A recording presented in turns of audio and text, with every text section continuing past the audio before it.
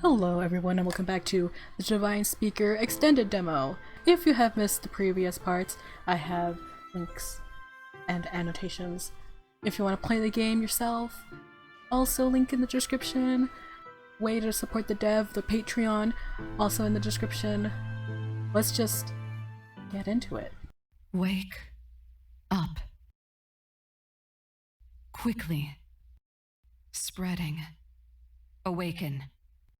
Wake up. You know what I've never questioned? Whose voice is this? Who is telling us this?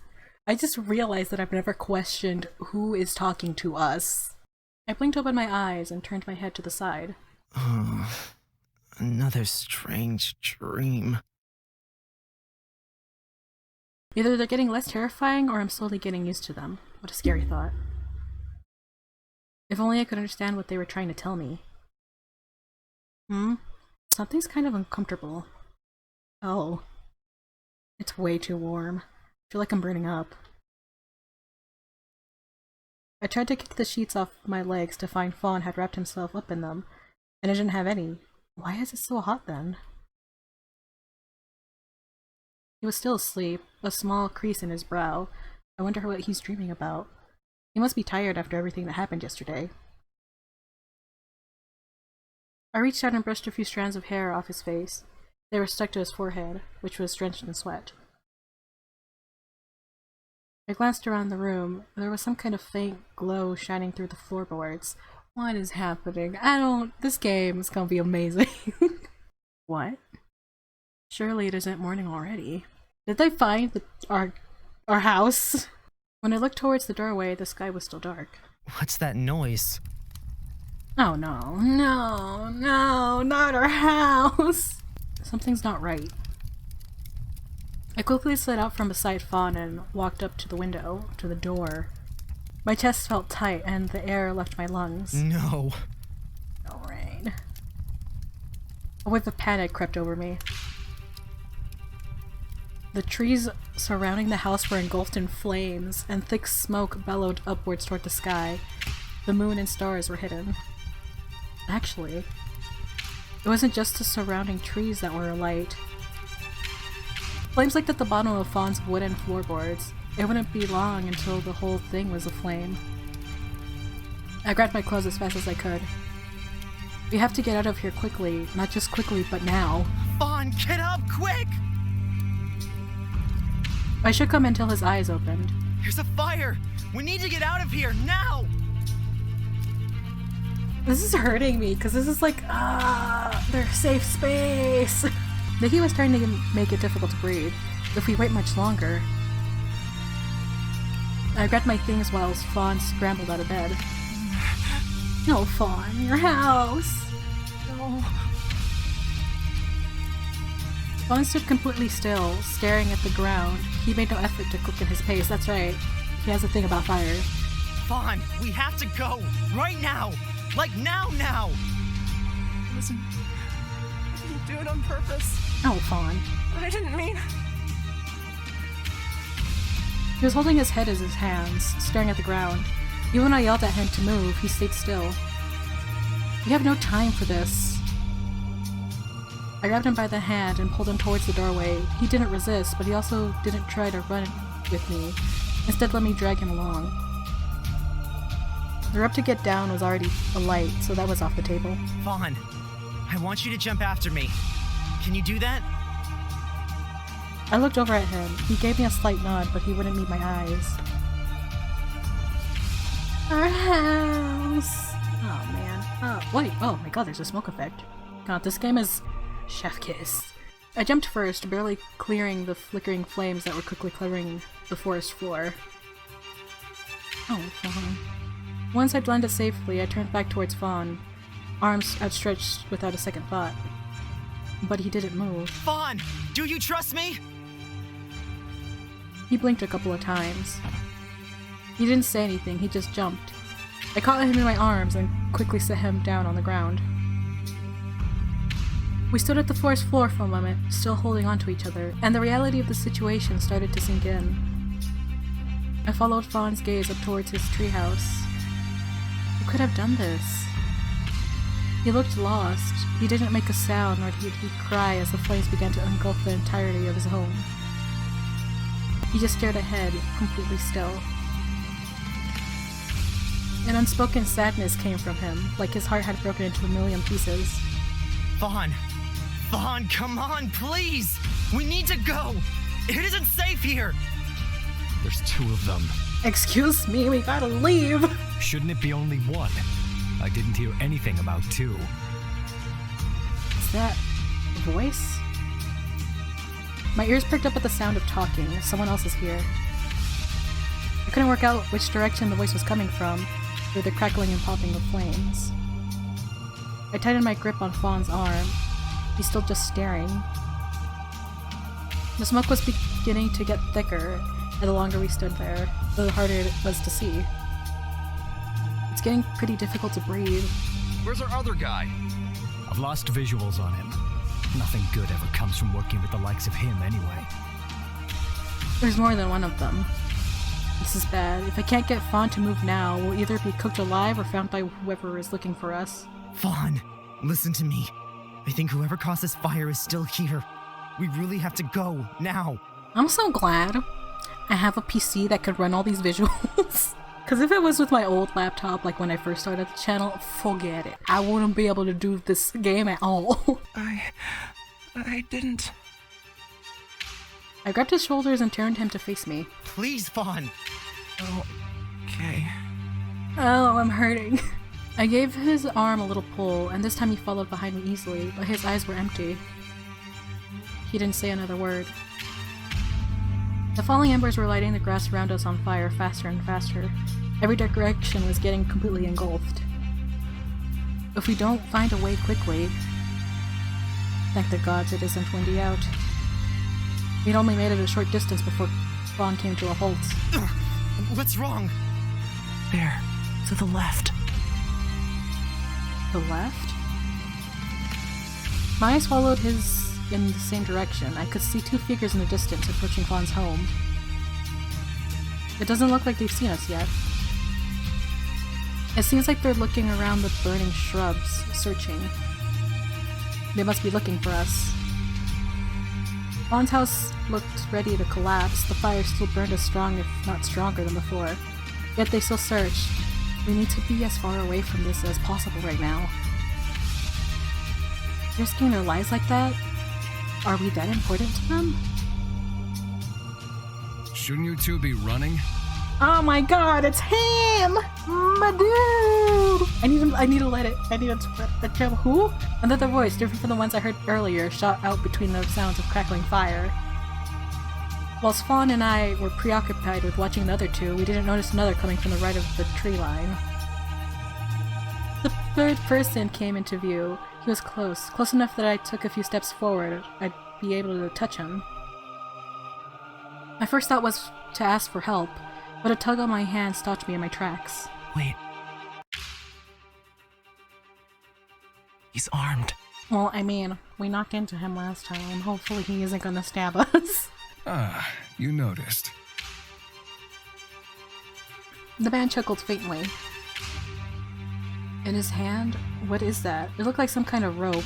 It's a whip! That's the least of our worries by the looks of it. In his other hand, he held a dagger. This is dangerous. I think we should... You know, it was way too easy to follow you out here. You don't exactly try and cover up your tracks, do you? Well, we didn't really have to. We were just expected to die out here. If I was in your shoes, that would be the first thing I'd do. We dumb. Guess we can't all be as wise as me, though. Oh my god. Follow? Fawn pulled at my hand again until I was standing directly behind him, placing himself between us. When they told me I'd be tracking some guy out into the forest, I was a little worried.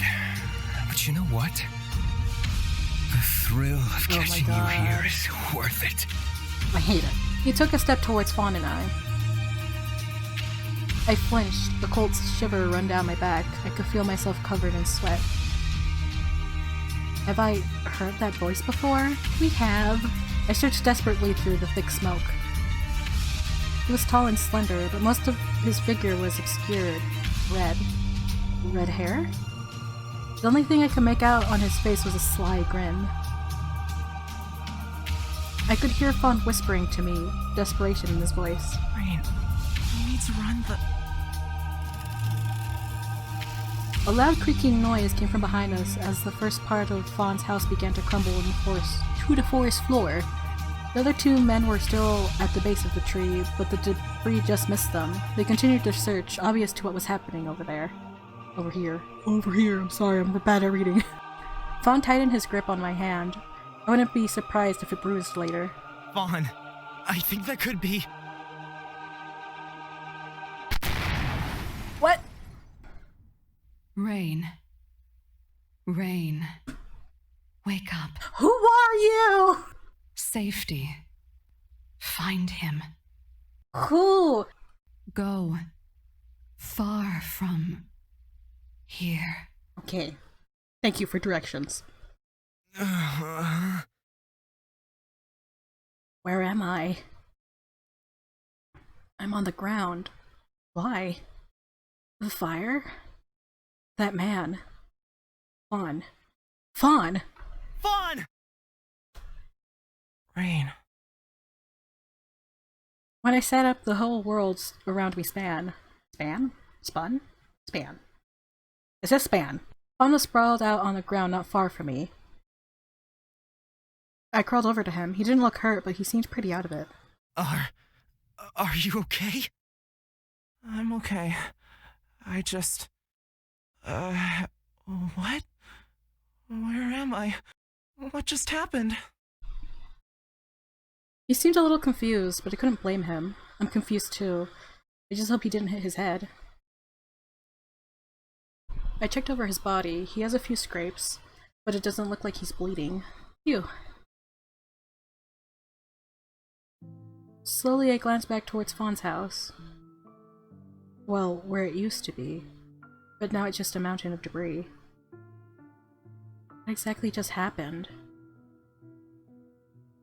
It was falling, but then... all I remember is a loud bang. I think it exploded. Did you have something explosive in there? The ground and trees around us were slightly charred, but the worst of the flames had gone down. Only embers were left sizzling on the ground. Man. My throat felt hoarse from the smoke. I wish we had something to drink.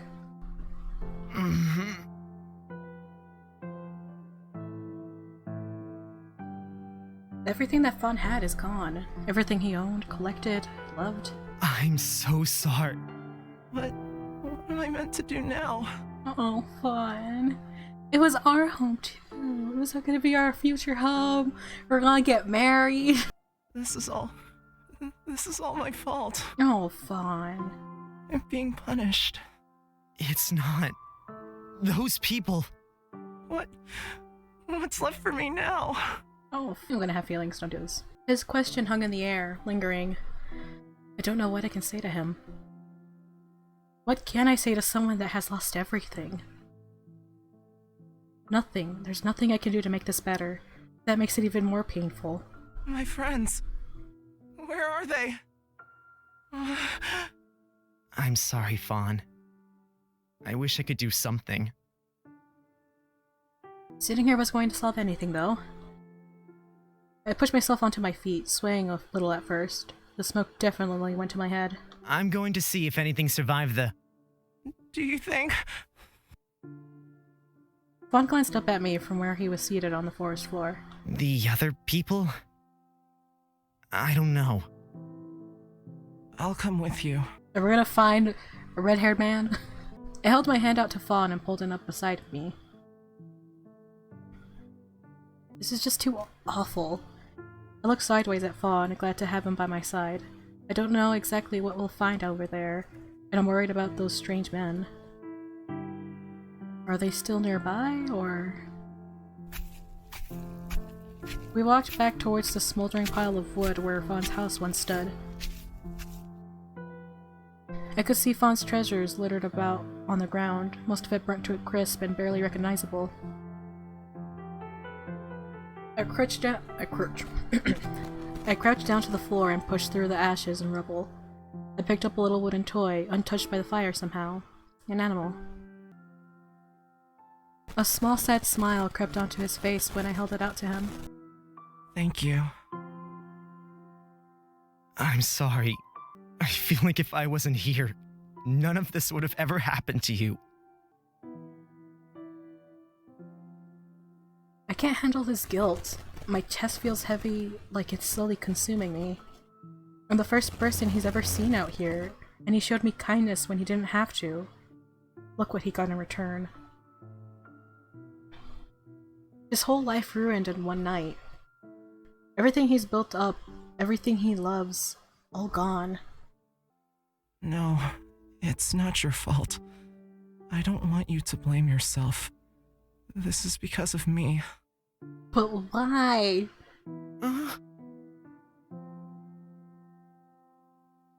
I don't know how much longer I can hold back my tears.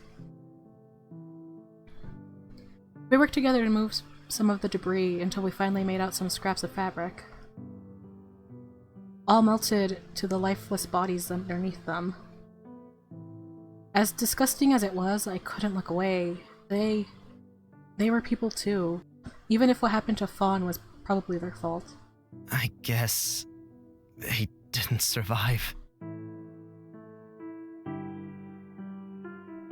The two men were half crushed underneath the rubble. They didn't stand a chance.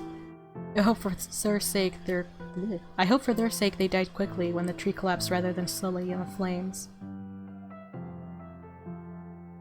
Fawn put his arm around my shoulders and turned me away from the gruesome scene. Don't look anymore. It'll only make it worse. You're right. Did you see the third one? I'm not sure. Everything's so burnt.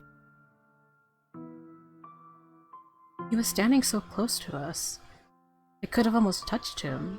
He might have survived. If he's alive, is he still in the area, or did he flee after seeing what happened to his companions? I don't know. I scanned the area. Nothing. Wait. I caught a glimpse of red between the greenery. What is that? Wait. Look over there.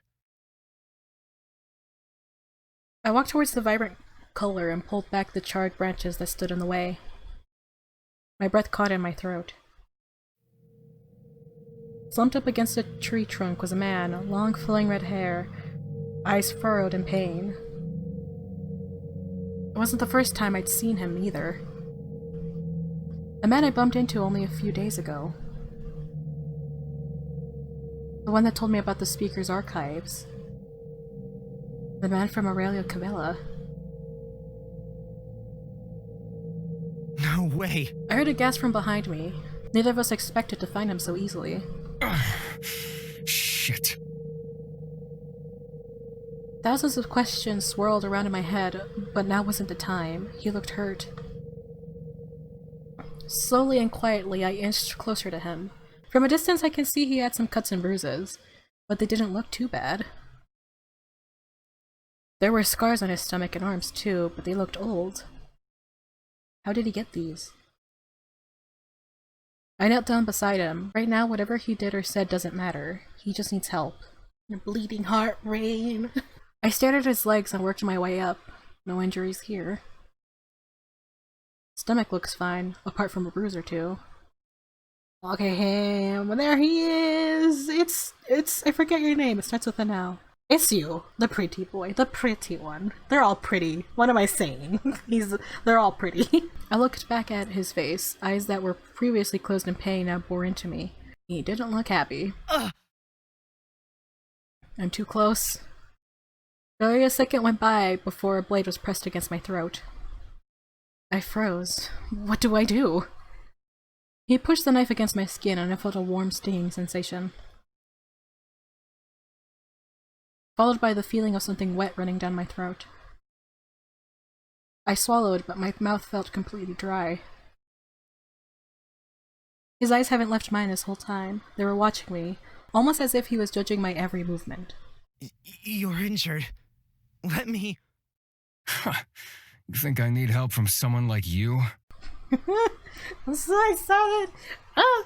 Okay, He smirked at me, though it was obvious he was still in pain. I'd die before letting a pipsqueak like you.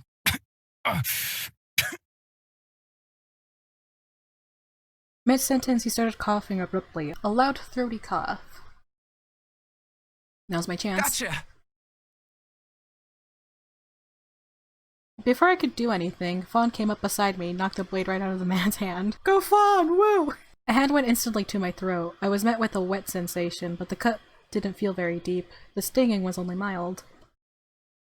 When the injured man started reaching for something else, I noticed red all over the hand he just coughed into. Wait. Something else? I quickly grabbed both of his arms. They both felt toned and strong. He was definitely fit and much stronger than me, but his injuries must have weakened him a little. Fawn, see if he has any other weapons. God damn, look at those abs! At least Fawn has them like partly covered. Put those away! 1, 2, 3. 6 other daggers and a whip. You're well equipped. Well, I was. Now I'm not equipped at all. Good.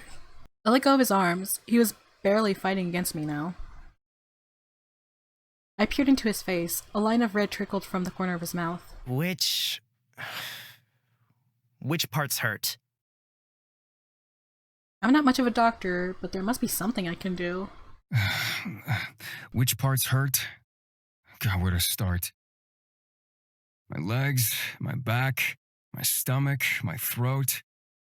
But you know what hurts the most? I looked at him eagerly, ready to try and help. Oh, poor Raid. That I have to see your dumb fucking face this close up. Get away from me. I love him. He smiled to himself. I guess he thinks that was really funny. He got me, but it's easy for me to laugh, so whatever. How does anyone deal with people like this? Excuse me. We're just trying to help you. What's that? I'm sorry, I don't speak mouse. Excuse me. Oh, sorry. Oh, Fawn. Don't say sorry. Don't say sorry. He's being rude to you. Yeah, Rain, you show him. And you obviously need help, and we're going to give it to you, whether you like it or not. I'd like to see you try. I must slap you very gently and then go shh. How unappreciative can you get? Why is he so opposed to help that he obviously needs? The other day, what I did to Fawn. Maybe I could try that again? No, you're gonna die, Rain. Let's think this through first. Hello, hold on. I don't owe this asshole anything, but if I could take away just a little bit of his pain instead of all of it. Okay, yeah, see? We thinking through. I just can't speak sentences. If I could take away just a little bit of his pain instead of it all.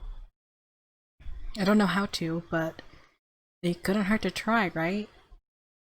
Fawn's already stripped him of his weapons, plus he's injured, so it shouldn't be too dangerous to touch him, right? Last time all I did was touch Fawn and it happened. I reached my hand out towards him. His arm was covered in cuts and bruises. Touch me, and see what happens to you. I'ma get hurt either way. So, like, that's not really threatening. Sounds like an empty threat to me. What are you gonna do? He's struggling to just keep his eyes on me, so I doubt he'll do anything now. Rain, stop smiling. I'm smiling in return. It's a lovely smile. I ignored his words and lightly touched my fingertips to his wrist. A flash of light, booming voices. Not. His skin felt warm, but nothing happened. It worked last time. What the hell are you? He started to cough violently again, more blood trickling from the corner of his mouth. Any resistance he had before was gone. He didn't even shake my hand off of him. Are you okay? Get lost. No. Just let us help you. Let us help. His eyes slowly narrowed before they fully closed. Fawn? Why did he close his eyes? Is he okay? What do we do? Fawn rushed over to my side, tossing the daggers and whip to the ground. He felt at the man's throat carefully. All I could do was watch. I've never felt so useless. He's alive, but he's obviously pretty badly injured. We need to get him somewhere we can check and clean his wounds. In times like this, Fawn seems like a different person. Dependable, strong, unlike me. Why didn't it work? Fawn looked at me for a moment, thinking. I don't know. Maybe you just can't control it yet. Maybe it was a miracle. Last time the voices told me to help you. This time they were silent. Anyway. Carefully, I lifted the man onto my back. He's so much taller than me, so it's kind of awkward. Fawn, can you gather his belongings? We can carry him over to the river and check him out. Yes. He scurried around, picking up the weapons that lay discarded on the forest floor.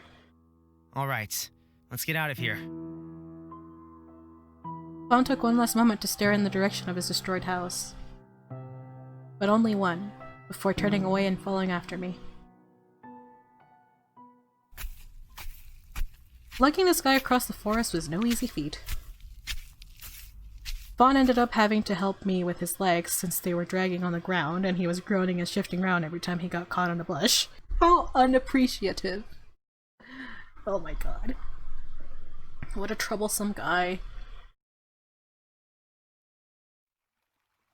Eventually we reached the river. What should have been a 15-minute walk slowly became an hour-long struggle. I placed him down on the ground carefully with a sigh. That took a lot longer than I thought. Yeah, he's way too tall. The redhead was still out cold. This is our chance to check his wounds properly without him complaining. I looked over his exposed arms and stomach again, but there was nothing life-threatening. Fawn got to work with cleaning the dirt from those wounds while I checked elsewhere. His face, fine. He's actually got pretty nice features, but you can barely tell past his awful expression. Legs don't seem to have any problems. They feel quite muscular too. I felt them for a moment before moving on. I looked again at the small trickle of blood coming out of his mouth. I guess I should check his mouth? I glanced at Fawn for confirmation. He gave me a little nod. Alright, here it goes. I touched a finger to his mouth. His lips were soft, softer than they ought to be for someone with such nasty language. I parted his lips with my finger and opened his mouth. Oh god. Why do you have to be up when I put my fingers in your mouth? His eyes shoot open. We instantly made eye contact. You mind getting your fingers out of my mouth? Oh, of course. I took my finger out of his mouth and a disgusted look spread over his face. He spat and reached for his belt. What did you do with my weapons? We took them. Don't worry, we have them safe. Oh, I'm not worried about them. You just know what they say. Don't let children near sharp objects and all. I hate him, and I love him. Especially if that pipsqueak over there has them. It looks like his attitude wasn't injured. He sat up, but it looked like moving took a lot of effort. Right now he doesn't seem too dangerous. Listen, you need our help. You obviously can't leave by yourself, so just cut the attitude and let us help you. Why don't we introduce ourselves? My name's Rain, and the one with the light hair over there is Fawn. And I'm the king of Aurelia Cavella. Fine. Leos. I'm gonna mispronounce it for a little bit, so forgive me. You should have just left me where you found me. Can't think of anything worse than being indebted to someone like you. Excuse me. Stop being so unappreciative. We could still leave you here. Fawn walked back over to the river. He'd gathered some water to clean Leos's wounds. This might sting a little. Ouch. I'm sorry. Don't be. It serves him right. I chuckled quietly. That's what you get for being nasty. While Fawn was busy, we had a moment of silence. Finally, a chance to ask some questions. So, what exactly is going on? Did you burn Fawn's house down? Were you with the other two? He watched me with narrowed eyes, probably deciding if he even wanted to bother answering my questions. Eventually, he just sighed. No point in keeping it secret now. If I go back, they'll just get rid of me anyway. I know they'll look for any excuse. Someone hired me to track you down, and paid well for it, too. And the other two. The fire. Yes, I was with the other two, but they were idiots anyway. I'm sure they're burning in hell by now. You can blame them for the fire. I wouldn't do something so showy. Someone hired you to track me down? Why? Now you're going to stay quiet? Sorry, I was just admiring how dense you are. Oh my god. What do you mean? To kill you, obviously. I know that! I didn't know about the other kid, though. He glanced at Fawn. What? Why would anyone... No clue. I just follow orders. I felt sick. Who would do that to me? But... in the town square. Whoa! You're not a total airhead after all. I'm amazed. The only instructions I received were to follow you and direct you to the archives somehow. Not the kind of job I'm used to. Any sane person that wanted you dead would have had me assassinate you in your sleep, but money's money. Not my job to ask questions. Ugh, I'm so confused. I thought it would have been more work, but you took the bait easily. You should learn not to trust people. But I was thrown out because of that. Because of you! You were thrown out because you're so gullible. That has nothing to do with me. Excuse me. It has everything to do with you. Maybe you shouldn't believe everything you're told, huh? Anyway, you can blame whoever employed me. I'm not taking the blame for that one. Then, what do you know about my markings? You said you recognized them. Absolutely nothing. I just repeated what I was told to say. Ugh! How am I meant to see something your sleeve is covering? Idiot. Oh my god.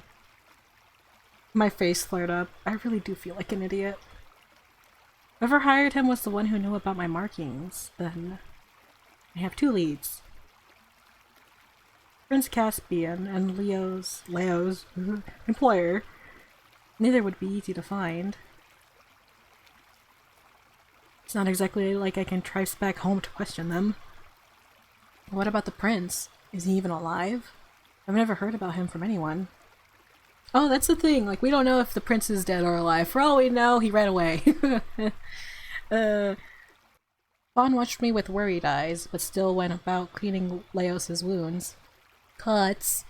His cuts. Not his wounds, but they're the same thing. What? Before I could ask anything else, he cut back into the conversation. I've cleaned up your wounds as best I can, but... He glanced at Leos's mouth. I think some of them may be beyond us. We need to get help from a healer or a doctor. How? If either of us enter Aurelia Cavella, we'll be toast.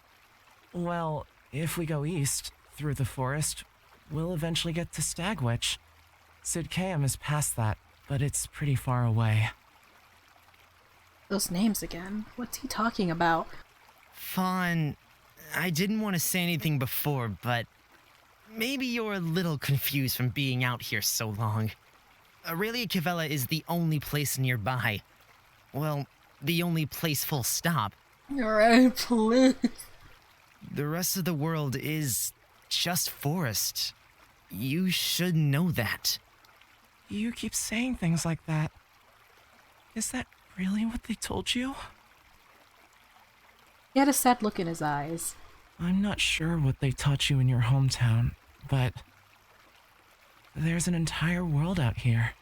Cities, villages, nations, people. I've never even heard of Aurelia Cavella. What do you mean? You've never been there?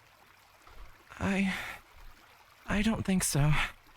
It's kind of strange. I remember following the river at one point, but This town is there was a dense fog, and I'd find myself back at my house. I'm starting to believe there's not a village there at all.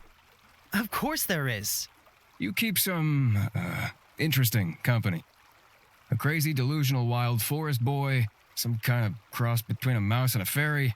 Does it mean that Leos is also then just doesn't know that there's houses, people outside of Aurelia Cavella? Both of our minds are about to be blown. I'm not crazy. No, Fawn, you're not crazy. These two are. I can't believe that a place with those kinds of teachings could possibly exist. Right? Love is dead, romance is dead. The world is just forest, apparently. My book does say something about Sid Calum, but I don't know, something strange is going on. You two might not believe me yet, but like you said, you can't return home, and you need help. You'll just have to trust me this time. I trust the boy. Let's go. I can show you to the edge of the forest, and the two of you can go down and find help. You're coming with us. We're not leaving you behind, excuse. And then Oh, I'll try to rebuild, I guess. fun. When he puts it like that, there's really not a lot of options. We can't go back, and staying here isn't an option either. If we just play along, he'll eventually work out that no matter how far we walk, we're not going to get anywhere. I guess being as far away from here as possible would probably be in our favor, too. Okay. I trust you, Fawn. We'll go with you. He beamed at me. Seems that was the correct answer. I don't get a say in this? Nope. You're coming. Nope. So, we follow the crazy man out into the middle of the forest. Sounds like an amazing plan. And one that definitely won't end in murder. That's funny, coming from you. Really, though, Leos looked kind of delicate up close. Oh, I was like, delicate? A pained expression, dark eyelashes, a slim face. Hey, up close you aren't so bad looking. Look, love is dead, romance is dead. Rain doesn't know he's flirting. That shut him up. Actually, I wanted to ask, what exactly does that make you then? Why did they hire you? An assassin, a mercenary, whatever I'm paid enough to be. He looked away. Seemed like he doesn't want to talk about it. I pushed on anyway. An assassin? They actually exist? Why? To get rid of unwanted people. Why else? And right now, you're looking very unwanted. You know, bodies are being dumped out here. Do you know anything about that? Just full of questions, aren't you? No, well, boo. You're the only one that has gonna have answers, so... I guess that's the end of his leniency. I know this word. I don't know how to say it. Does this have voiceover? Self-voicing enabled. I guess that's the end of his leniency. He answered a lot of my questions though, which is surprising. I'm finished with your wounds now. Try not to get any more dirt in them. And here I was, thinking of smearing mud through my cuts. Thank you for your wisdom, O gracious one. How will I ever be able to repay you? Oh dear. Fawn looks away, embarrassed. I'm not great at dealing with people like him, but Fawn's definitely worse. I glared at him, but the cocky grin didn't leave his face. They won't stop with just sending me. When I don't return, I'll just send someone else. Then we need to get out of here before anyone else comes. Will you be able to walk? Do you want us to carry you again? I'm fine on my own. He tried to stand, but his legs were still unsteady. Finally, with only a little of our unwanted help, he stood up. If you need to lean on my shoulder while you walk, you can. I don't mind. I'm not sure I can bend down that far. Oh my god. Fine. Don't complain when you end up needing my help. What an asshole. Next to him, Fawn looked like a saint. It's a bit of a walk to the forest's edge. We should leave now, before it gets too dark. Fawn motioned in the direction that I presumed was the way we needed to go. For now, we'll follow him. Even if he might be slightly delusional, it's better than staying here. Especially now that we know that others could come after me. Yeah. I think that's for the best.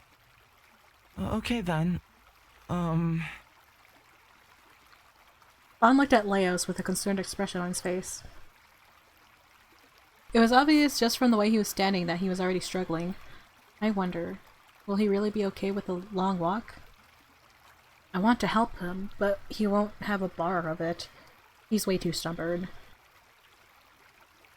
If I even try to reach out and steady him, he flings abuse at me. Whatever, then let him struggle. If he really needs help, I want him to ask for it. Hurry up then. Lead the way, Forest Fairy. Forest Fairy? You prefer Mouse, Pipsqueak, Runt? Glad that's settled then. Get a move on, unless you want to be caught here.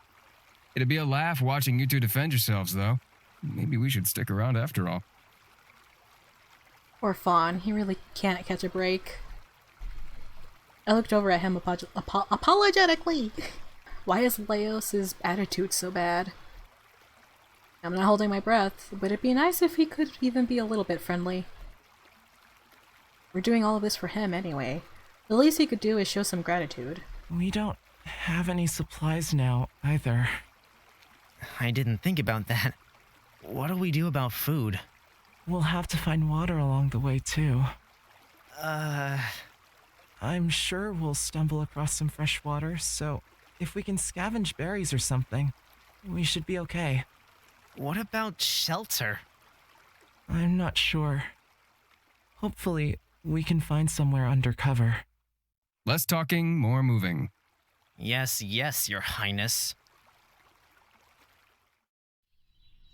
The last few hours have been extremely slow. We've walked a little more, then walked a little further. Fawn walked slightly ahead, scouting out our path and guiding us. All Leos and I could do was follow along behind him. The setting sun cast our surroundings in orange and red. For some reason, this time of day seemed the most sad. When I looked around, it didn't look any different to where we were an hour ago, or 2 hours ago, or 3. But obviously Fawn knew where he was going, or where he thought he was going anyway. He tried not to show it, but Leos must have been in a lot of pain. He didn't fall behind, but he was struggling. If I tried to help him, he brushed me off and insulted me again. After all of this walking, even I felt exhausted, so I almost didn't even want to think about how Leos was feeling. Fawn, I think Leos and I are getting a bit tired.